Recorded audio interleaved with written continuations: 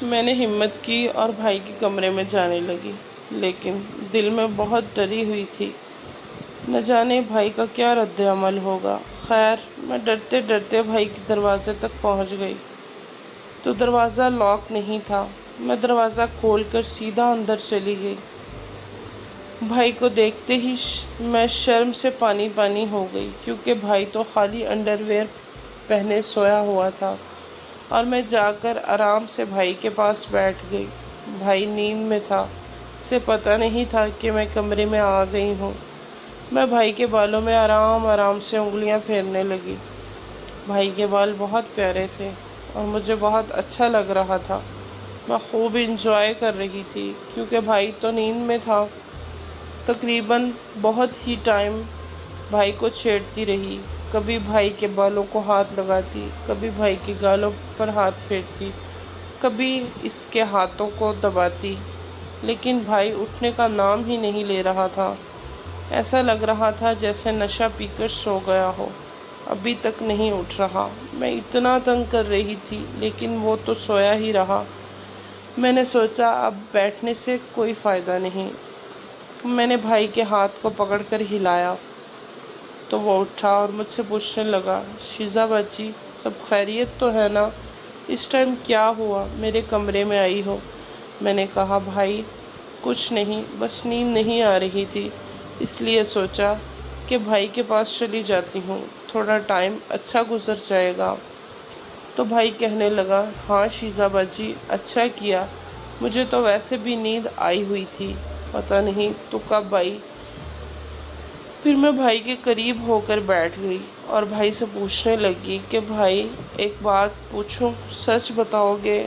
بھائی کہنے لگا، باجی تمہارے سامنے تو میں کچھ چھپاتا ہی نہیں۔ اور میں اسے کہنے لگی، دیکھو بھائی، ہم ساتھ ساتھ رہتے ہیں اور ایک دوسرے کی بہت قدر کرتے ہیں۔ میں آپ کو ایک بات بتانا چاہتی ہوں کہ ہمارے بیچ، ہمارے دلوں میں جو بھی بات ہو، ہم ایک دوسرے کو کہہ سکتے ہیں، ہم کوئی شرم نہیں کریں گے۔ بھائی کہنے لگا، ہاں باجی، تو ٹھیک ہی کہتی ہے، کیونکہ ہم ایک دوسرے کو اپنے دکھ سکھ نہیں سنائیں گے تو اور کس کو سنائیں گے؟ پھر میں دل میں تھوڑا خوش ہوئی کہ چلو بھائی لائن پہ آ رہا ہے۔ مجھے لگ رہا تھا کہ اب تیر نشانے پر لگنے والا ہے، تو میں نے تیر چھوڑ دیا اور بھائی کو کہا، بھائی تم روزانہ ٹی وی میں فلمیں دیکھتے ہو تو تمہیں کیا ہوتا ہے؟ مجھے بتاؤ نا، یہ سب اگر اتنا ہر رات تم دیکھتے ہو۔ تو بھائی نے ایک ٹھنڈی آہ بھری، اس کے بعد جواب دیا، باجی میں پہلے بھی آپ کو بتا چکا ہوں کہ بس میں ان کو دیکھ کر ہی گزارا کر رہا ہوں، اور تو میں کچھ کر نہیں سکتا۔ میں کیا کروں، میرا دل تو بہت کرتا ہے۔ پھر میں تھوڑا اور بھائی کے قریب ہوئی اور بھائی کے ہاتھ کے اوپر ہاتھ رکھا، اور اس کا ہاتھ بہت ٹھنڈا پڑ چکا تھا۔ میں نے کہا، بھائی میں تمہیں کیسی لگتی ہوں؟ تو وہ میری طرف عجیب سی نظروں سے دیکھنے لگا اور کہنے لگا کہ باجی بہت خوبصورت ہو، میرا دل کرتا ہے کہ تم میری بہن نہ ہوتی تو تیرے ساتھ ہی دوستی کر لیتا۔ میں نے کہا، بھائی بہن تو کیا ہوا، ہم بھائی بہن ہیں تو کیا ہوا؟ تم نے وہ بھائی بہن والے ناول نہیں پڑھے؟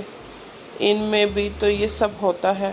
میں نے تو بہت پڑھے ہیں، اس لیے تم سے تمہارے دل کا راز لینے آئی تھی۔ بھائی کہنے لگا، کیا ہم سب کچھ کر سکتے ہیں؟ میں نے کہا، کیوں نہیں، کیونکہ ہم ہاسٹل میں اکیلے ہی رہتے ہیں اور ہمارے پاس نہ کوئی آتا ہے اور نہ ہی جاتا ہے، کسی کو پتہ بھی نہیں چلے گا، اور ہم اپنی زندگی سکون سے جیتے رہیں گے۔ اور بھائی بہت خوش ہوا۔ بھائی نے مجھے کمر سے ہاتھ ڈال کر ایسے کھینچا کہ میری تو سانسیں اٹک گئیں، اور مجھے کہنے لگا، شیزا باجی آج میں بہت خوش ہوں، چلو آج چلتے ہیں شاپنگ کرنے کے لیے، خوب ہلا گلا کرتے ہیں، واپس آ کر پھر کھیلتے ہیں۔ میں بھی جوان تھی اور خوبصورت تھی، لیکن